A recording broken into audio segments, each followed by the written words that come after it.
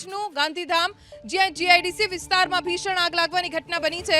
ગાંધીધામ જીઆઈડીસીમાં ભંગારના વાડામાં આગ લાગી। ફાયર વિભાગની એક ટીમ સ્થળ પર પહોંચી છે।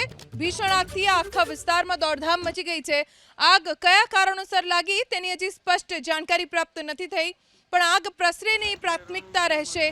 ફાયર વિભાગના અધિકારીઓ તાત્કાલિક ઘટના સ્થળે પહોંચ્યા છે અને આગ ઉપર કાબુ મેળવવાના પ્રયત્ન હાલ ચાલુ છે। ફાયર વિભાગની એક ટીમ ઘટના સ્થળે છે। જરૂર લાગશે તો વધુ ફાયર ફાઇટર્સ પણ સ્થળે પહોંચશે।